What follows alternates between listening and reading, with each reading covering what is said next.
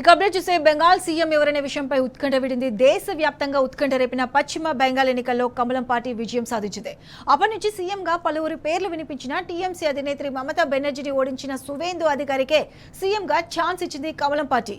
మహిళకు సీఎం పదవి ఇస్తామంటూ చెప్పిన BJP deputy CM పదవితో సరిపెట్టింది.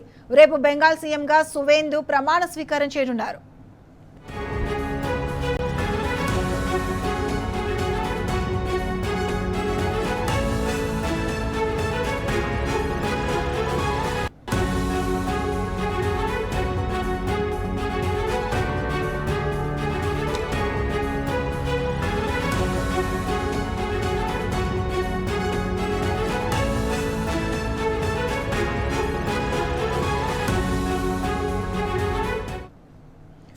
Bengal CM ఎవరనే విషయంపై ఉత్కంఠ విడింది. దేశవ్యాప్తంగా ఉత్కంఠ రేపిన పశ్చిమ బెంగాల్ ఎన్నికల్లో కమలం పార్టీ విజయం సాధించింది.